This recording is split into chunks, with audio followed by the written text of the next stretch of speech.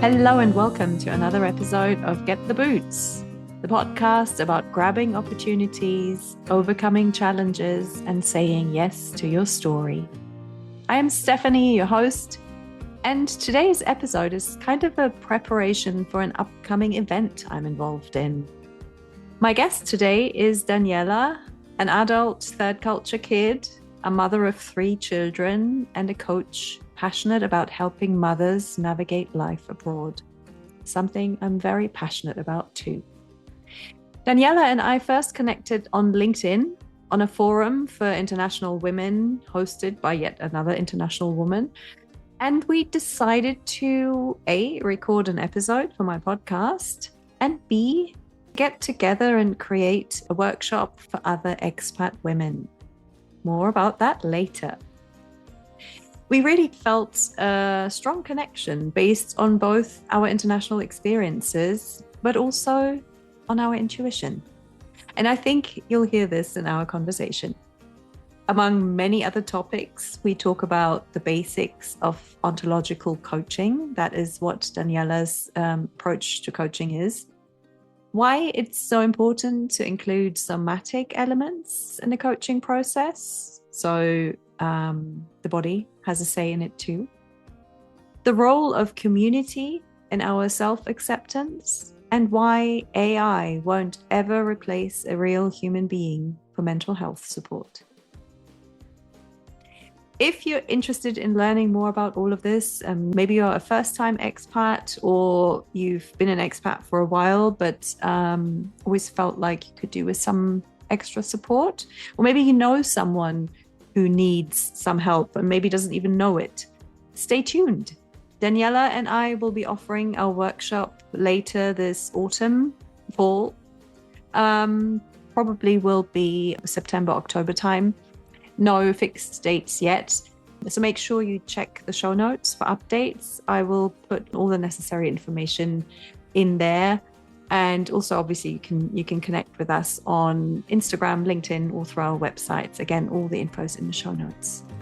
But first, let's get to know Daniela. Here's her story. Good morning, Daniela. I'm so happy to have you here today. Good morning. We are almost in the same time zone, but in different hemispheres. So happy beginning of winter to Buenos Aires. You have to come visit. Yes, would love to. Yeah, so let's just jump right into it. We met on LinkedIn a couple of months ago, maybe, something like that, in a global women forum. And I have to say, it's right now there's so much debate on using social media and LinkedIn and everything. And to me, I love my global community and I love meeting and connecting with people. So whenever people are so negative about the way of connecting with people, I'm always like, no, I've made wonderful connections through that. And so I'm so happy you reached out. And we've got some exciting collaborations in the making. So stick with us. And before we talk about that, let's introduce you, Daniela, and who you are, what you're doing. Yeah, let's hear your story.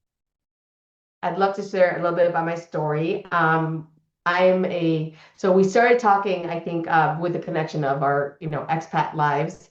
And also because I'm in the space of serving expat women. I'm a coach for expat women.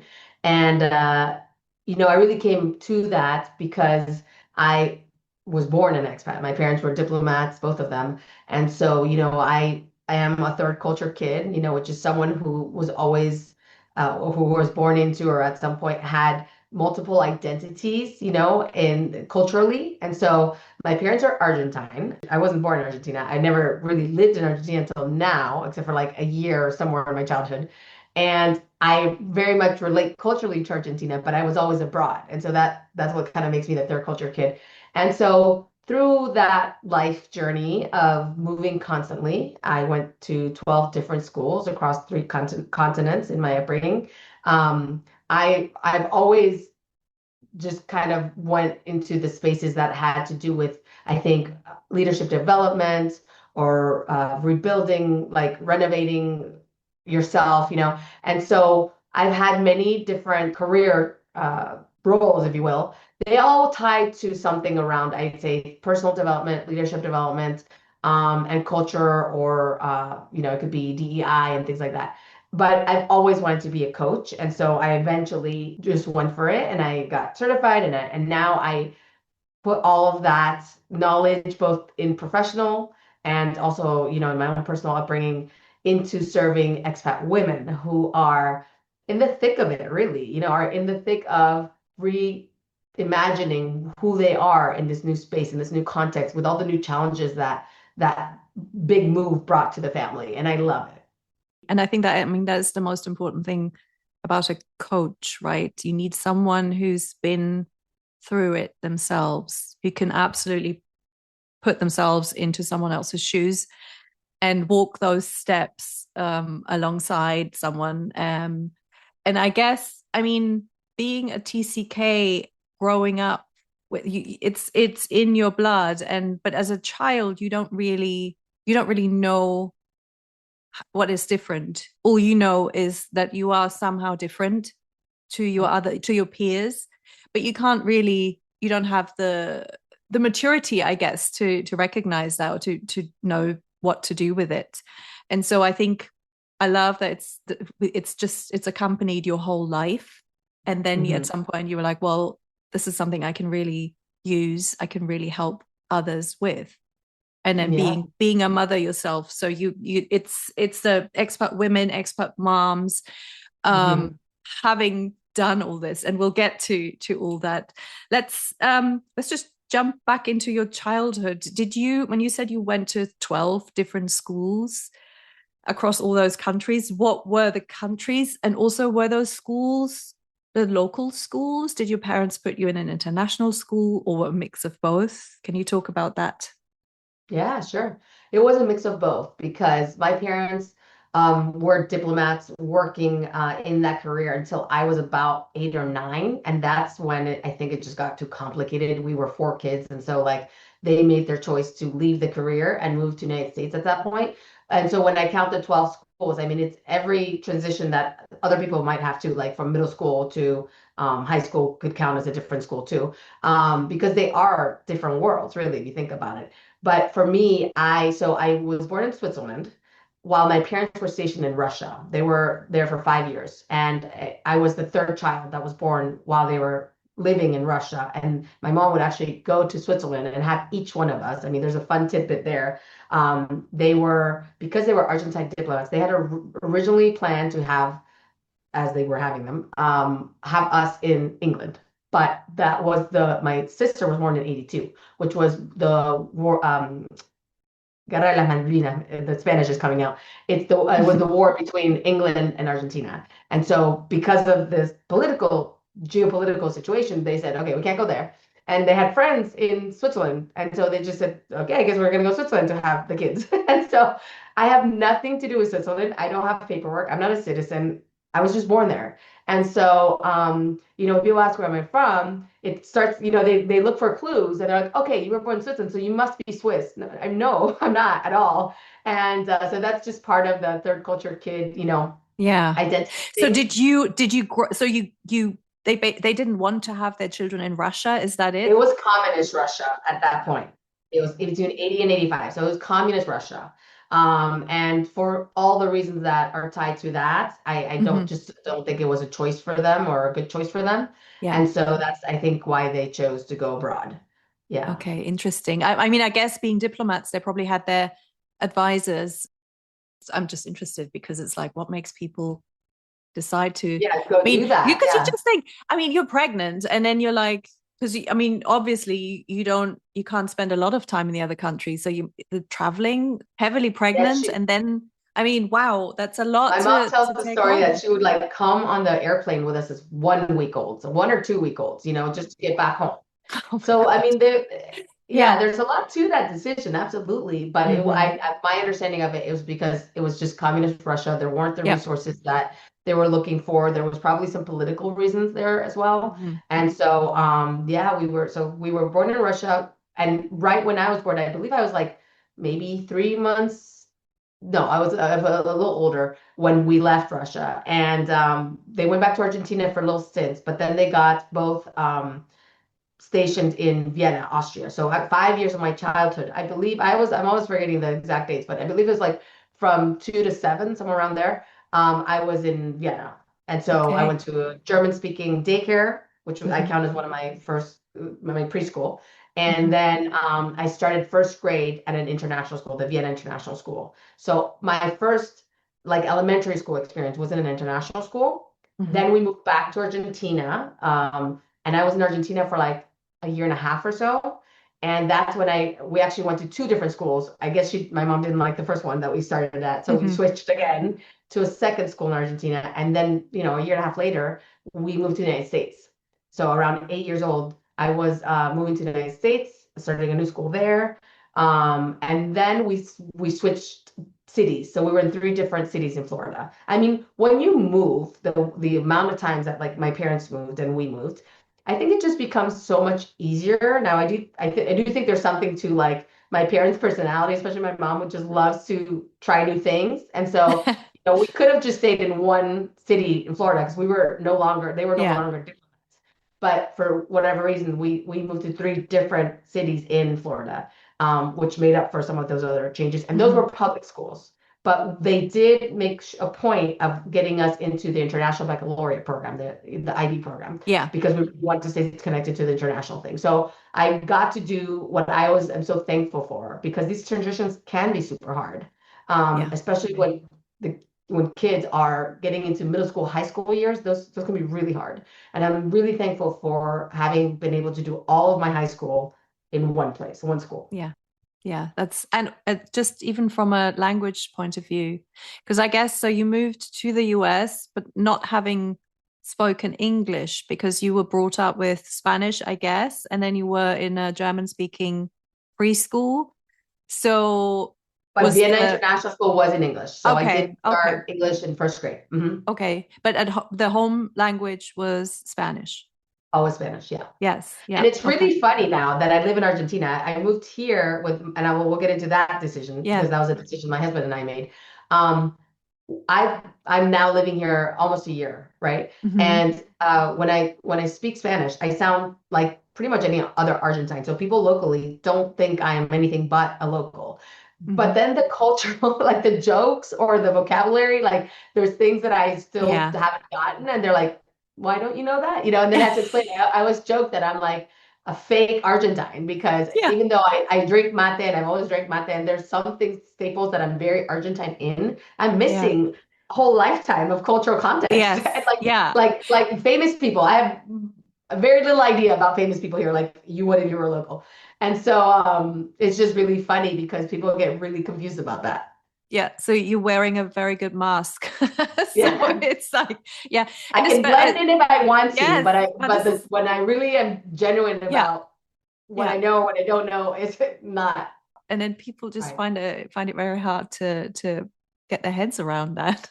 It's Yeah, it's absolutely. it's it's funny, yeah, especially with your peers, I guess, because obviously they'll assume that you know the same people and you get the references because of different age groups you relate to different things, so yeah, it's Yeah. an interesting Or even experience. the depth of history, right? Like Mm, Argentina is a pretty patriotic country, and I'm learning mm, this as my kids are attending an international school here, which is yeah, bilingual. They get both English and Spanish, but here they're doing so much around the historic events yeah, of independence and this and that. And there's like all these, yeah, not just the national anthem, there's all these other yeah, songs, and there's the Day of the Flag and this and that.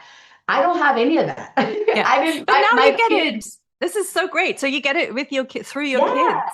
I tell I them that. I'm like, you It's guys are teaching fantastic. me. Yes. Mhm. I really that's an aspect I really really enjoyed when we moved to the US, because I feel like I had the German history from in Germany, and then I learned English, British history as well, but American history I didn't know that much about, and I really found it I found it so I looked at all their homework all the time and what they were reading, and I would go to school events and things and just to learn because the US too, as you know, because you went to school there, they're not great with world history, I guess, but they're amazing with their state history and local events and things, and very proud and very good at maintaining traditions and culture and stuff. And it's just, and I really, really enjoyed learning all that through my kids at school. Yes, I was blown away. So yeah, I get that.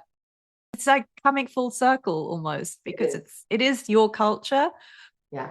And that's what led us to the decision to move here because I think Mhm. there was something in me to calling me back to ground or root myself in a culture Yeah. that feels so like my own. Like I have, I mean, I'm Argentine, I have a passport, I'm a citizen, da da da.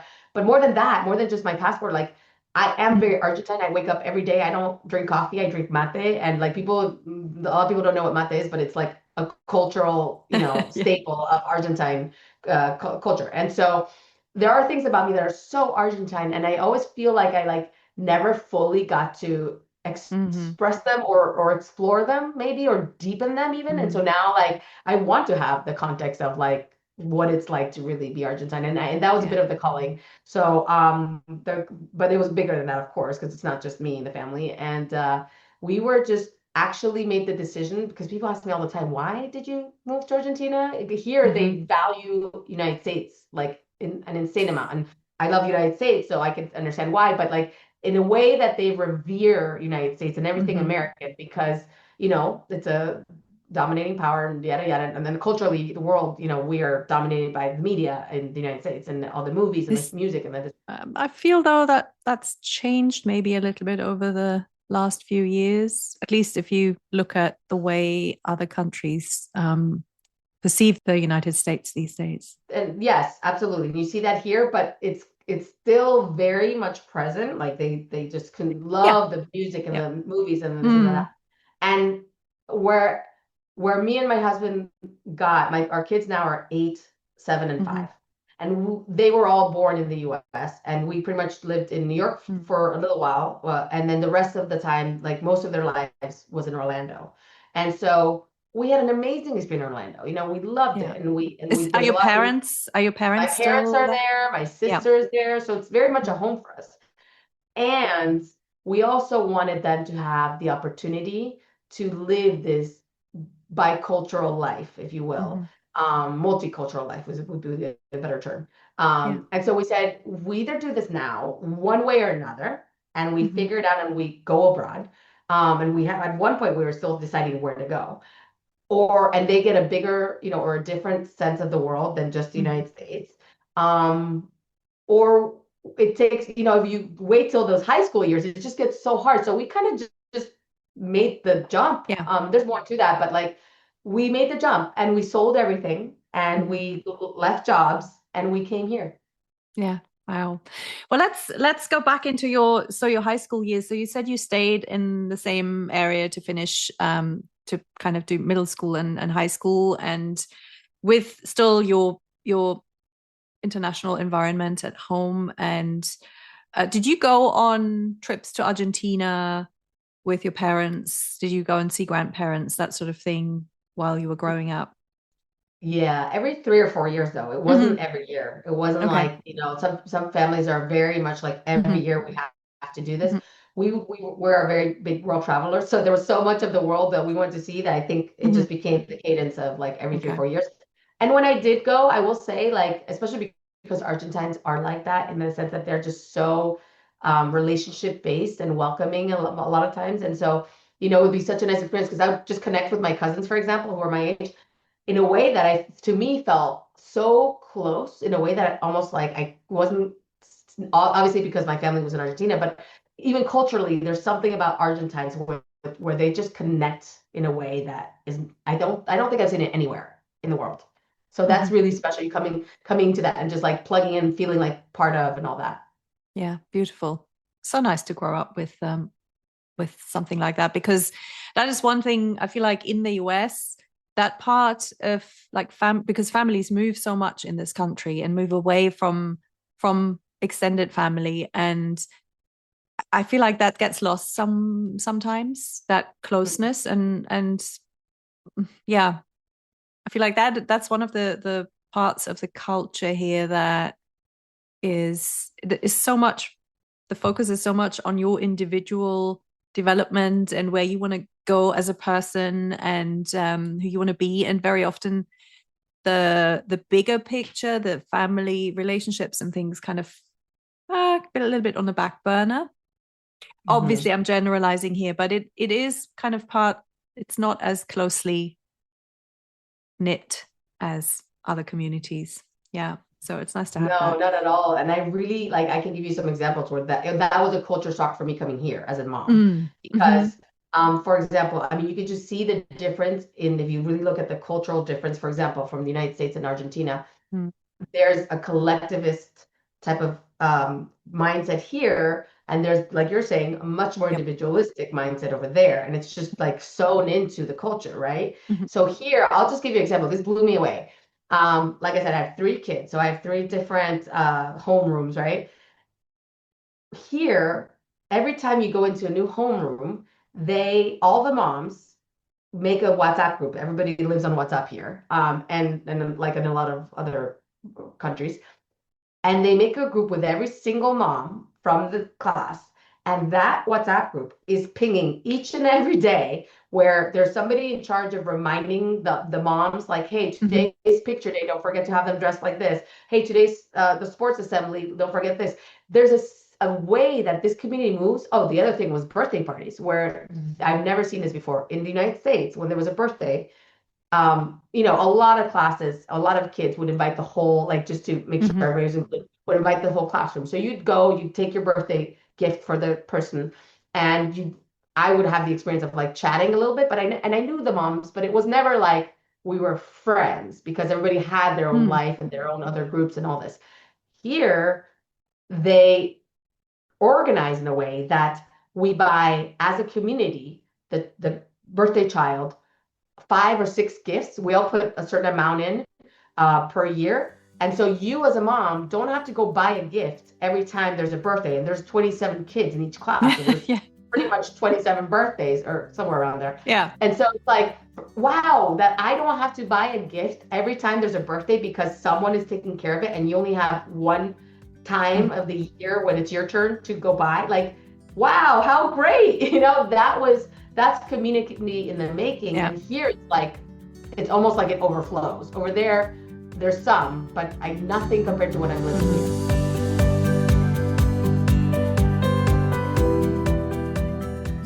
So you finished high school, and then did you choose school in the US? And when I say school, did you go to school? So this is for the international listeners. I got so used to saying this, because in the UK, you don't say, where did you go to school? If you say, where did you go to school in the UK, people will be like, school is high school. In the US, when you say, where did you go to school, you mean university. So sometimes I just don't want to confuse listeners. Yeah. When I say, where did you go to school? What school did you pick? I'm talking college, university. Yeah.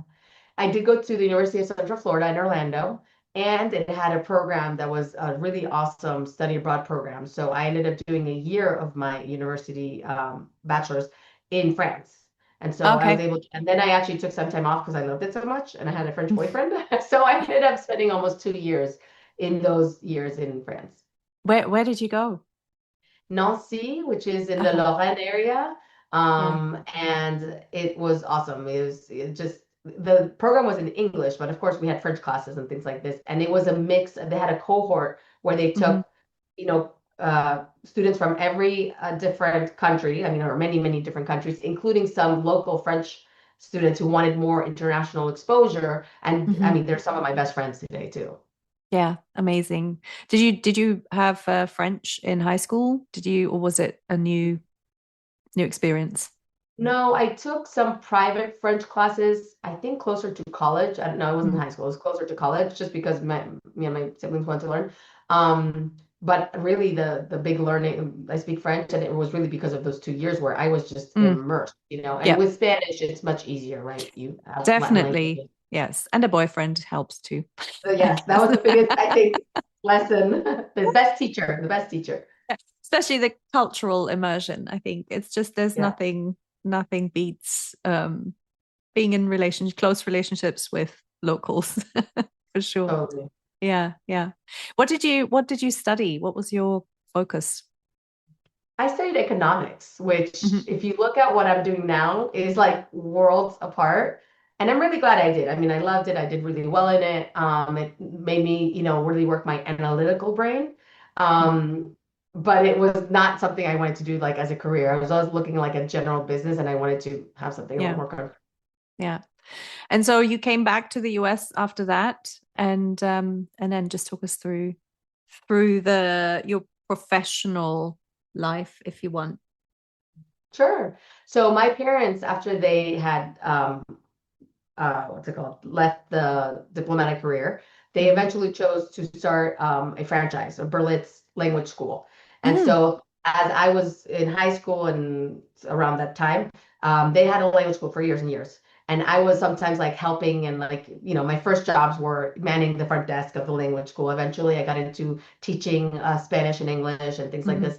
So when I graduated with a business degree, I had the opportunity to, with my sister, co-direct a language school, and I started off my career there, which was great. It was a little bit of everything, and I really enjoyed that.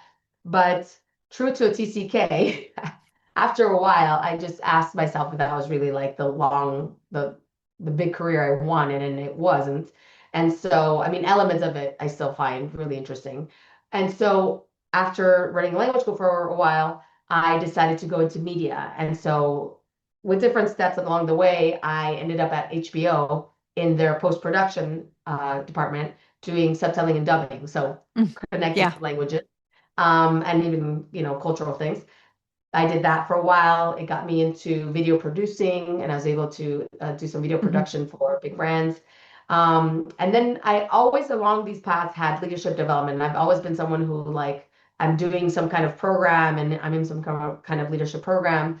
And eventually, I went into chief of staff for two different organizations, women-led organizations that had to do with education, and that had to do with leadership development and DEI efforts. So Hmm. so it was a mixed pool of things. And Hmm. before I got to coaching, the last thing I would say I will point out was that I actually got into content creation, which I had done a little bit with the video producing aspect, but I got into kids content creation in working with my brother, actually. And it was an audio system, screen-free audio system, where we were doing all kinds of like music and songs and stories for kids. And so I was director of content there, That's and yeah, great. really just pulling from, the mixed bag of of Yes. talents, I guess. So kind of international, a global mindset, having all these different cultural influences and upbringing, working with women in women-led environments. And it all makes sense that you were doing what you're doing now. Yeah. It's all coming together. Yes. Yes, I think that one of the things that being a TCK taught me Mm. was that everything's connected if you Hmm. really look at the bigger picture. And it took a lot of fear away from reinventing myself. I think in other cultures or in other experiences, like we learn or we're taught to do one track forever. Become a doctor, become a lawyer, and that's it. I mean, not that's it. It's an amazing, don't get me wrong, it's an amazing Hmm. career. And if that's your passion, that's your mission, amazing. That's amazing. But my strength, I think, comes from being able to reinvent and then being able to really transfer skills into that new environment. And I think that that is where innovation really grows, right? Where you have a new perspective or a new Yeah. take on something, and that's where my magic lives. So that's Yes. that's what really attracts And me. the beauty of being able to bring your different experiences into who you are rather than shutting things down because and this is something that you learn when you as you live globally and you have to kind of you go into different societies even as a kid in new environments, the natural instinct always is to fit in, and Right. adapt to whatever's around you. And sometimes that means shutting down certain parts of yourself or just not being able to be fully yourself. And you kind of you become these different, like you said, you reinvent yourself. But the actual strength in someone is to be able to be all of those different pieces in one person, right? Yeah. And that's something, I mean, I've learned through my international journey as well, where I initially tried very much to play down certain aspects because I felt like this wasn't serving me, or I was too afraid to show these sides of myself. And it's not healthy in the long term. So I feel like it's beautiful if you can be aware of this and not even start toning yourself down, and then pass that on to your children. And you Absolutely. can tell them this is who you can be. You don't have to make yourself shrink to fit in. Totally. And those are two key concepts that we really work in the programs I do, supporting expat moms, right? The two key concepts being integration of what you say, all your pieces and all your experience and all of your emotions. So ontological coaching, the coaching that I do is a lot about Mm-hmm. the emotional world as well, Mm-hmm. and using emotions as tools instead of, kind of really framing them as tools and understanding each one and what they Mm-hmm. bring. And integration is key, right? Because who you are is who you are. And the more we fight something and not integrate something, I think Mm-hmm. it's what you're saying. You really close opportunities and possibilities for yourself, Yeah. versus like even the hard things, even the heavy things. If you can integrate them, you can learn from them and you can Mm-hmm. use them to build, to create. So integration is something we really cover. And then belonging. Belonging is huge. And I Mm-hmm. love, I'm sure I know you're familiar with it, Brene Brown's concept of belonging, and she's a social researcher. So she has, the data and the Yeah. scientific take on it. And Yeah. she says fitting in is the opposite, really, of belonging. Because if you're changing yourself in all these ways Yeah. and then trying to fit somewhere, I mean, that's going to eventually take its toll, as you're saying. It's not authentic and it's not sustainable. So eventually you're not going to fit with that group anyway. Um, and you're going to lose yourself. And so in the programs, we really talk about these very kind of philosophical ideas of what is belonging and how am I belonging to myself first, Mm-hmm. true to myself, and then finding the people that I want to spend time with and connect with and all that from that place and not from the other way around. Yes, absolutely. Absolutely. Um, and I feel like sometimes, I mean, this is obviously something that everybody needs to know this, and everybody needs to be fully themselves. But I sometimes in an international context, there are certain things that you have to change or kind of adapt to because of culture, because of your cultural environment. And that's why it is very easy sometimes to, you know what I mean? If you're like, oh well, I just have these quirky characteristics, and so I'm just gonna play on those, and I'm gonna find the right people. But sometimes when you are in a different country and you feel like no one gets me, I can't, maybe linguistically, I can't, this sort of sense of humor doesn't translate. People just don't respond well to this. So then you start squashing those things, and then you start to become someone else. And so this is there's an additional barrier sometimes. And so it requires extra effort. And that's why I feel like sometimes international people because they've been through that whole process. And with Mhm. the additional hurdles, it can it's harder. It's a lot harder maybe, but also they've they've developed one hell of a skill set. This is very convoluted, but I feel like having lived a more global existence, you do pick up on things and you connect things more quickly. And so those are all skills that I feel like everybody can benefit from. Yeah, and what I want to point out there with what you were bringing about, sometimes you do try to do the fitting in thing, and we all do Mm, it, and especially on some oh level. yeah. I think it has to do with a bit of survival, like Yeah. at the, Yes, it's yeah, especially at the absolutely. beginning, you're just like Hmm. survival mode, and it can be so, and I see it with all my clients, like it can be so lonely too. So sometimes you prefer at least some type of social interaction, connection, than in the form that you can have, whatever form you have, than being like your true authentic self and then like maybe not finding your people right away. But what I want to say to that is there's always choice. There's always choice if you're living intentionally and not reactively. And I think it comes that choice, that freedom to choose whether you're going to, this stage of your life or even in this month of your life, do a little bit more of the fitting in versus the like, I'm going to find myself and then find my people thing. It's really about understanding what you're choosing and why you're choosing it. And then having the power that's what you're creating. And so, because otherwise I see that if you are doing it reactively, it can become really heavy, and it can become, that's the emotional world we talk about, and it can become really like disempowering. And so there's a lot there that we unpack, and like I said, in the coaching, which is whatever it is you choose to do, it's your choice, but it is a choice. Yeah. And so it's like you said, you need, as long as you have the awareness and you're fully aware that you are in this moment choosing to maybe not say something that you would normally say, just know it's intentional. And don't reject, like you said, the emotions that come with it. Be fully aware and sometimes having to adapt to a new environment and not being able to fully express yourself, maybe, especially initially, can cause a lot of grief. And you do grieve, you go through this process of grieving who you were and maybe the person. And I mean, there's so many layers to international life, but sometimes you're not even aware that you are grieving. It just feels like uncomfortable.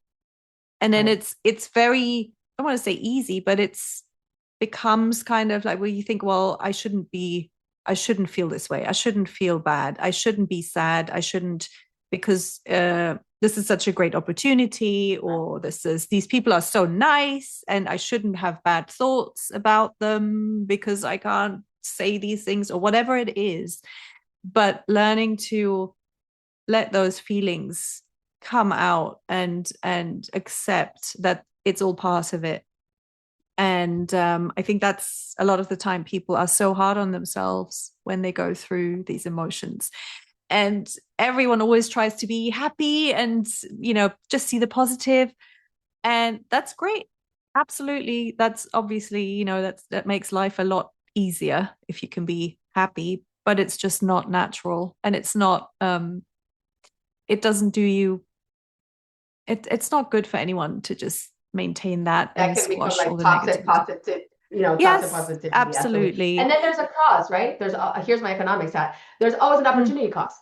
What is the cost of not feeling the feelings that are coming up for you and not letting yourself be vulnerable to something that's there waiting for you, because we say sadness in ontology, we talk about being sad is connecting with something you've lost. And like you just said, like there is something that you've lost by moving away from your culture, the familiarity, the systems that supported you.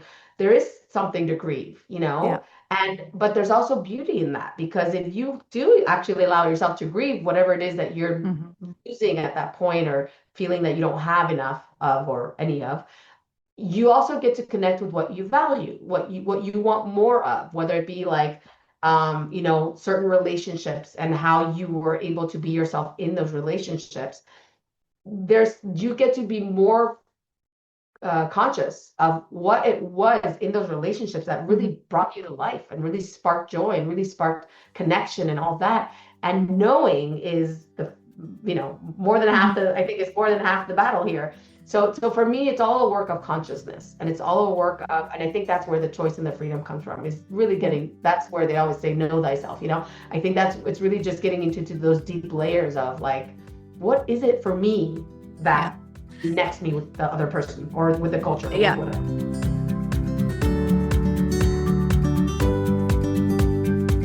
And this really brings me to talking about your target audience, your clients, because you're working with expat women who've moved to another country because of their partner, or or their job. Mm-hmm. But in particular, you're working with mothers, and those have some very specific additional needs. And usually they don't even know that they have them.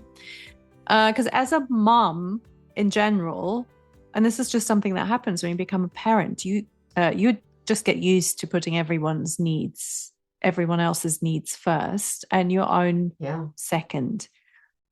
You make sure that your family's okay. And when this happens in another country, there are quite a few additional layers to this. And then there are always 1,000 other things that need sorting out before you can even think about yourself. And you're always worried about how your kids are settling in and how you can help them do that. So it's, there's always so much to do. And then is it really, really easy to lose yourself. And so I really love that that's who you want to help.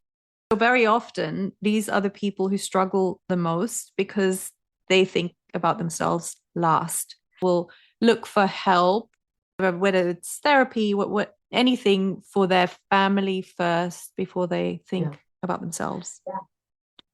Because they just don't know. They just don't know because they haven't gone through this process. So I love that that's what you're focusing on. Thank you. And that's where I'm most passionate about, because I always say it's so interesting that my business is called MomToo Coaching. And it's really a coaching for me. It was always the focus on moms in general. But I always say that it's really funny that expat mom or an expat in general can also be the case. You're just stepping into a different world. When you become a parent for the first time, no matter who you are in this whole planet, you've stepped in a different world. You are now, once that child is born or somewhere along that process, I'm not going to argue about where in the process, when you become a parent, wherever that means for you, there's something that changes fundamentally about who you are in your existence. You are now responsible for another life. And that is going to totally change how you, if in most cases later, like how you schedule yourself, how you relate to others, how you talk about things, what your interests are. It just does change you. And being an expat is very similar in a way, because especially the first time that you become an expat, right? When you are not just traveling for vacation and just not touring, when you become part of that world and it becomes your world, you are now in a whole different game. You don't even know what you don't know. That's the truth of it. Yes, that is the biggest. You don't even know what you don't know at that point.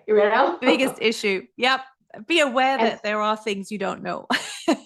And so with expat mom coaching, it's interesting because it's both layers at the same time. Some of these moms are becoming new moms in this country, or they've just become a mom, so they're still working out what it is to be a mom. Most of us are anyway, with older kids as well. I would say that's an ongoing process anyway, that never stops. Totally. It's like you never stop learning and developing as but they're in like the shell shock mode at that point, like they're in the real like shock mode. And they're doing it sometimes. Like I literally have clients right now who, one of them is pregnant with her second child, and she's trying to decide, where am I going to have this? And it's her first expat assignment. So she's trying to decide, where am I going to have the second child? Because all her familiarity around what it means to give birth and where and with what doctor and with what cultural, like every country does it a little differently, And so she's like, and what help am I going to have? And she's trying to decide, do I go back to Brazil to do that, or do I kind of just go for it here? And that's a huge decision to make, right? Yes. Yep. And then you have the family members with all their opinions in it as well. And maybe your partner is from a different cultural background. And it's huge. And so many layers. Yeah. So when you have clients approach you, or you're working with someone, and do they look for a lot of guidance in terms of making decisions, like, where do I want to have my child? What do you think? Should I put my child into international school or in the local school? Or do you get that with your clients? And what is your approach when you work with them? Yeah. So in ontological coaching, we do not give advice. So there's coaches out there that you want to go from point A to point B. Let's say I want to lose 20 pounds, and they have a program for you that you're going to get the 20 pounds. Ontological coaching is such a deep practice. Like all of the things we're talking about. They're very deep. We believe that because every person is really their own person, I mean, and we have this like respect for individuality and each person really having their own everything, messaging, upbringing, no matter if it's international or not, like everybody has their own sauce.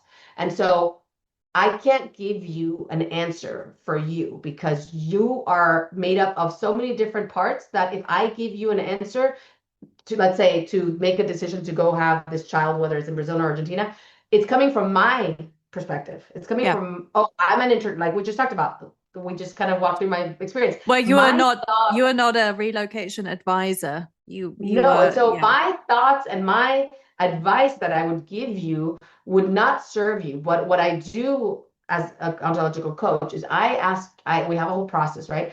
You can maybe think about it a little bit like the Socratic method. My job is to really guide the conversation in a way with poignant questions at the right time that really bring out of you what it is that you really want and what really value and what would work for you in your context. So the idea in the coaching that I do is really to create the safe space, first of all, where you can really have these deep, hard conversations when you're making huge decisions like the one we're talking about, and have an approach that really, or a method that really supports asking the questions that lead you to the answer that you are going to feel comfortable and that's really going to work for you. It's not your mom. It's not somebody else just saying what they think.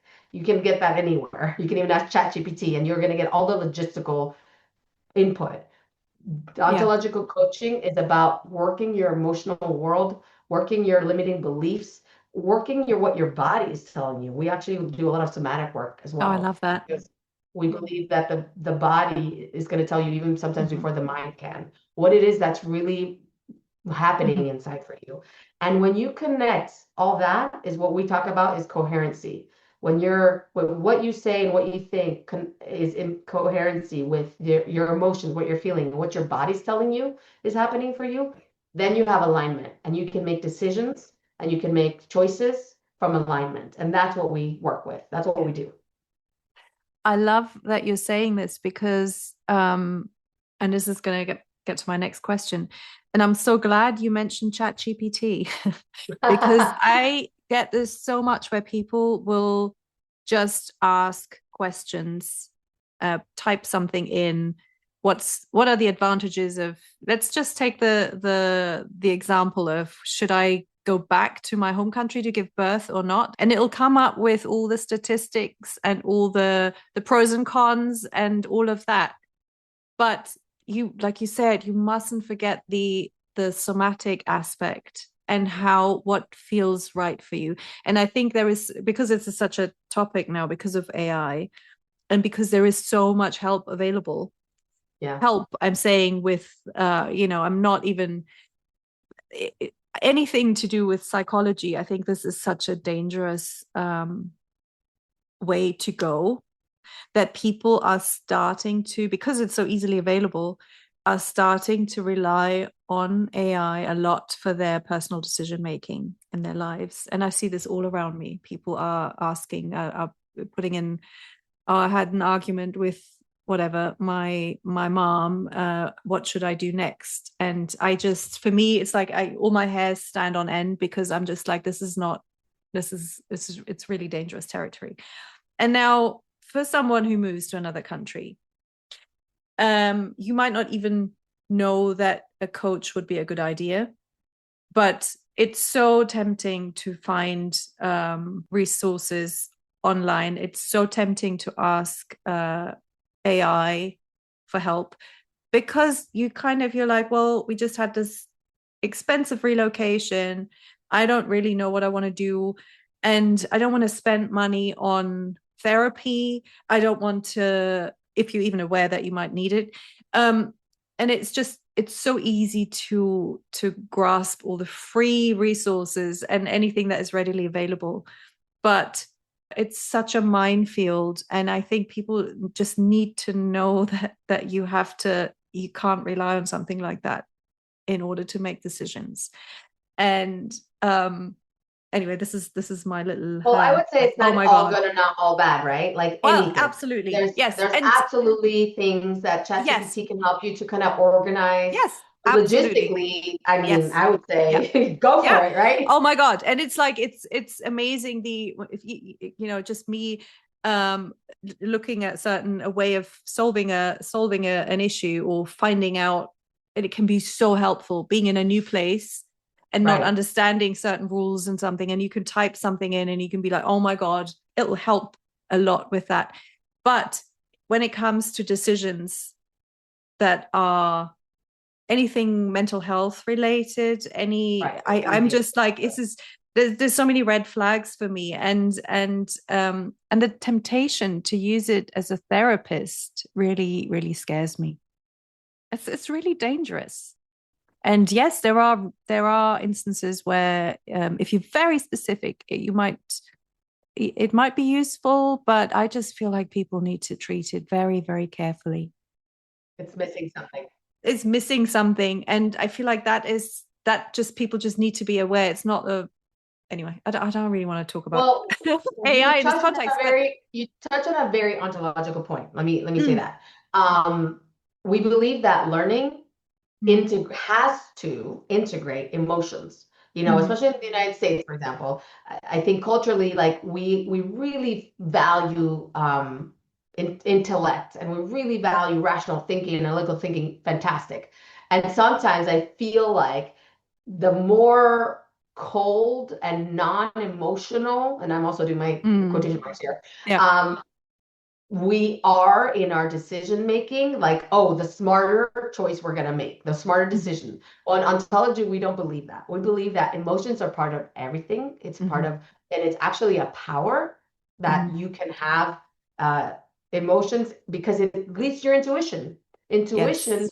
is You're speaking my language. Yep. yeah, Yes, yeah. intuition is magic, right? And it's what makes us human. Robots are robots. Robots, AI, and all that can do all the, clicking away analytical you want, but they don't have intuition. We are the species of the world that has Yeah. intuition. And that, for me, is sacred and it's a superpower. And that is where I would lean into emotions and understanding my emotional world to make Mm, informed decisions from my center of intuition.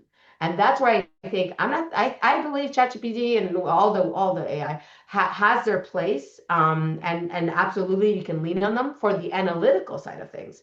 But mm, where's the part where you're really tapping into your intuition that's telling yeah. you can do a whole business case around whether the hospital in Brazil or the hospital and the care in Argentina is better. Yeah. That's not going to speak to how are you going to feel whether your family's far or close to you. Is that for you particularly a good thing or a bad thing to be farther from your family? It could totally vary depending on who Yeah. you are. You know what I'm saying? How is it going to feel when my husband can or cannot, depending on the logistical situation that they have, accompany me in the first 2 months of that baby's life because of where I choose to have the baby? Yeah. Like AI is not going to speak to that. It's going to Yeah. be your Yeah. emotional world and your what you value and what beliefs you have around what a Mm, partnership looks like and what a bringing a life into this world looks like. And that's where I believe ontological coaching will never be replaced by machines because yes. it's just a different thing. Absolutely. So how do people find you? How do people realize, because this is one of the big things with especially people who are on their first or even second assignments maybe, or they decided just to move to another country because they wanted to learn a language or whatever it is. And then how how do people realize they could do with coaching? How do people realize that they need help? And then how do they find you? And I'll be totally transparent. I think I'm still figuring that out because I know, so in the sense that it's a new space in the expat coaching. I see some things Mm. out there, but I do think it's a new space. And so Yeah. I think Yeah. it's really speaking to the needs, right? Like Mm. I obviously am working on my marketing to reach more people and whatever, but for me, it really comes to when you have that feeling of just being alone. And Mm. for me, it's so much about community. There's two, let me say this. there's two parts to what I do that I think are just fundamental in being able to really accompany an expat mom who's having a hard time. It's the experiential side of it, which is in ontological coaching, because we do somatic work, because we do things, we're always integrating like activities and exercises that it makes it an experiential thing. We take it out of just the linguistic. I'm Yeah. looking online and finding articles or books around it, which is again great. I'm not taking away from that, but it doesn't. What's missing there is the experiential piece of being part of a program that includes. That's what I meant. It's kind of like someone might read my book, for example, and recognize themselves and be like, oh my God, and already feel like connected and feel like this woman would understand what I'm going through. This is exactly what I'm going through. But then it's that shifting from just reading about it and feeling kind of like oh, that's me. I recognize this, to What do I do with that? What do I do with that? Yes. Yeah. So the reading is amazing, right? Like I'm reading and I've read your book, which is wonderful. And I think that it's the first step in, they talk in marketing about the problem awareness. First, there's like unaware. So the reading and the exposure to these stories, whether it's in a book, a podcast, whatever, you start to get a little more aware of the problems, of the feelings that I'm feeling and the things that I'm really, that are hitting me, right? And then when you get to like where I am, you're ready to kind of do something about it, then you have to be more solution aware. And the solution that I offer is really what we're touching on is experiential space, like a holding space and experiential activities that let you work it out. Like if you were going to go to the gym, you could read about a gym all day long, right? But until you go to the gym and lift the weights and actually do the reps, then you build your strength and you build what you're looking to build. And that's how I kind of think about it in my program is like, so I have a program called the Expat Mom Reset. It's a 3-month program and it's a community. What I really love to do is the second thing I was going to bring up is build community, because when you are with others in the same boat, going through the same things, I think that's where all the like lessons and the camaraderie and all the support, because you're going to have to figure out the things that are going on in your life for yourself. But when you have other people that can really hear you and can validate and then can learn from that, like, I mean, that's where it's for me, it's gold, right? So I think it's really tapping into that, like understanding that you have a community that you're going to work through your stuff with, and having a space where you actually get to do the reps with experiential tools and all these things that we do in coaching. Yeah. And this brings me very nicely to our little project that we have planned, because because this is kind of the journey, really. Someone might read a book, for example, my book, or listen to a podcast or hear some other expat talk about their experiences, and then feel like, oh, I really recognize these feelings and I want to learn what I can do, how I can join a community and eventually make my own expat experience better. And so we've come up with a little intro workshop that we're planning to hold this fall. No exact dates yet. And if you're interested in taking this first step, I would say connect with us, both of us, either of us, and stay tuned and we'll keep you informed. If you want to say a few more things, Daniela? Yeah. Yes, I think what drew us to each other was really that we both very much have personal experience with the expat journey, and we, in our own way, and you as a writer and such a beautiful storyteller, can really add to that part of it in the linguistic side of things, where we're really putting names and descriptions and storytelling to what we are feeling. That, of course, each one of us has our own journey and our own path, but there's so many themes that are present around the expat journey, or living abroad and all this. And then in the workshop, we're really going to talk about some strategies, where I kind of come in with what I do in helping people work through what their path is and how to move on successfully, if you will, or move where you want to go is the best way to put it. So we're going to talk about some strategies that you can really start to integrate to help you, and to make sense of things. I think it's really a lot of times about organizing when you're feeling maybe very not connected to yourself or you're very lost. I think what's key there is really organizing thoughts and feelings and Yeah. things so you can get the clarity you need to move and make decisions. And so I love that our collaboration is kind of a mix of, tapping into the storytelling to really get us into that world. Yes, And then, and get to find a language to express yes, how you're feeling and yes, giving, because this is a lot of the feedback back I've had on the book is people saying to me, finally, I have the words to explain to others as well how I'm feeling because you put it into words, and because very often we're aware of feelings that we have and emotions and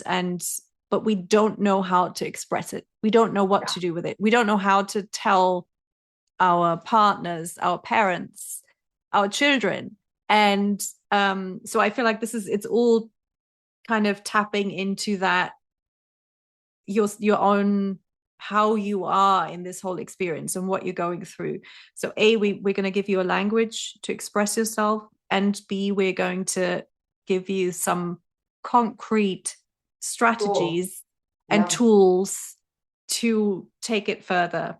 And I mean, the whole process of discovering things about yourself and then actually turning them into strength is something beautiful. And that's what I'm really looking forward to this. And I will, and Daniela will too. We will share as soon as we have dates and times, and we're kind of looking tentatively sort of September time, because we all know everyone, the summers are usually crazy, or winters in your case. over there in the States, we're winter break coming up. And it's like, yeah, yes, Yeah, exactly. But so kind of September, October time feels like a good time to do this. And yeah, we really look forward to connecting with you and building community.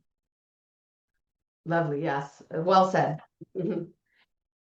So for people who are interested in joining a workshop, just to get an idea of how what it feels like to be part of a community, because a lot of times people haven't ever been that.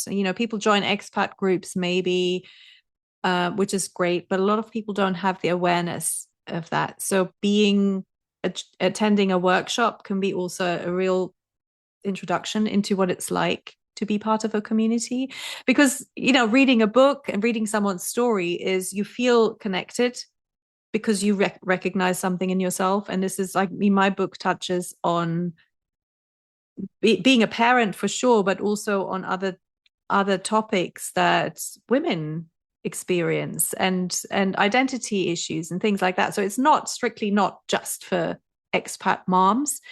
Right. But when you read someone's story or you listen to a podcast, you feel the connection, but you're still removed from it. You're still not, it's not like it's not being part of a community. And actually, it's not like you can just call the author and say, oh, hey, I feel the same way. You can, it's not the same as being in a group. So I think Yeah. a workshop and being in a room, even if it's an online room, even if it's a Zoom room, is still a whole different experience. And that's why we are doing this workshop. That's why it's just really to give people an introduction in what it could be like to be fully supported.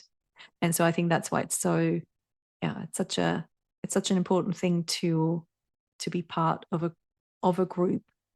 Yeah. So An that's experience, really an experience. all it's exactly, absolutely. And I mean, I will post the registration link as soon as we can give you dates and things like that. And just yeah, like I said, connect with myself and Daniela, and we'll keep you up to date.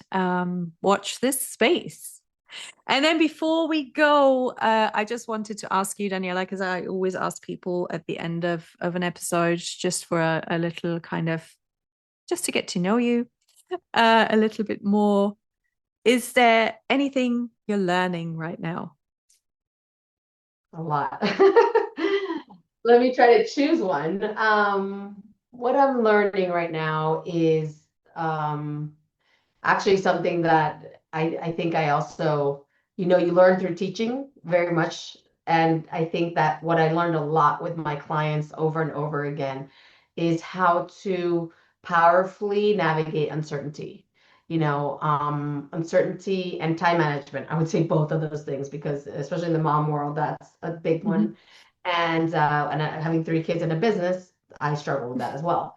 And so just learning how to find the right energy slash mindset slash state of being that serves each need of mine, and not like, I think in my 20s, I used to always be like, I have to go, I have to go, I have to, I had a different energy, not only because I was younger, and I wasn't a mom, but I think it was just like this mindset that and I think it comes a lot from the American side of me, which is like, if I don't produce, if I'm not productive, oh my gosh, like game over, Yeah. And I'm learning more and more. I think it comes with age. I think it comes with experience. I think it comes with seeing it in my clients. There's integrating, right? What we talked about before, integrating different emotion, not even emotions, but different energies and different ways of being is where the richness is, like where the strength is again, right? Because I can find grounding in my day, and it's going to serve me so much better. That moment of grounding, whether it's taking a walk or whether it's slowing Mhm. down, it's actually going to set me up more for success than it is to Mhm. power through and to just like Yeah. push. And that's a lot of what I'm learning. Yeah. Good. But this is one of the topics in my book, right? Being so busy and overscheduled and keeping your family so overscheduled that Yes. you it doesn't actually serve anyone because you have to have those breaks, and actually you're going to be way more efficient. And it's one of my hate words. I hate like the word efficiency, but you're going to be much more, you can preserve your energy so much better if you And learn you're going to to. be much more present, Mhm. right? And And that too. what's life but to like be present Absolutely. as much as you can in it, and versus like always on to the next thing and Yes. miss a ton of stuff in between. Absolutely. And if you are lucky enough to be living an international life, there is so much to be present for. So, on that Right. note, Absolutely. thank you so much, Daniela, for being here. This is great, and yeah, I really look forward to launching the workshop. Same. It's such a pleasure as always. Thank you. First of all, I'd like to thank Daniela for this pretty comprehensive glimpse into her work. I feel like we're very much aligned in our experiences and views, so I'm really looking forward to preparing our upcoming workshop. If what we talk about in this episode resonates, if you feel like you want to take a few steps towards community building and turning your experience into something really good, or if you know someone who would really benefit from some more concrete tips and support, then please consider taking part in this workshop, which is called Find Your Home Again: 3 Strategies for Expat Moms to Rebuild Identity and Belonging After a Move. It's going to be a 90-minute get-together on Zoom on Tuesday, the 15th of September at 12:30 Eastern Standard Time. So 9:30 a.m. if you're listening from the US West Coast, 1:30 p.m. if you're in Argentina, 5:30 p.m. UK time, and 6:30 p.m. mainland Europe. And it is kind of an introduction to coaching with some real tips just to give you an idea of the potential that could be unleashed. And of course, you'll meet other moms in similar positions, so the community building starts right there. We'll be offering a reduced rate if you bring a friend, so make sure you spread the information and to secure your buy one, get one free ticket. You can find more information, including a sign-up link, in the show notes. And of course, you can always contact us if you have any questions. All our contact details are also listed in the show notes. I can't wait to see you there. And of course, make sure you subscribe to this podcast if you want to find out more about me and what I do, and maybe my information about my book. And yeah, that is it for today. Thank you so much for listening. I hope you're having a beautiful August wherever you are. Take care and see you next time.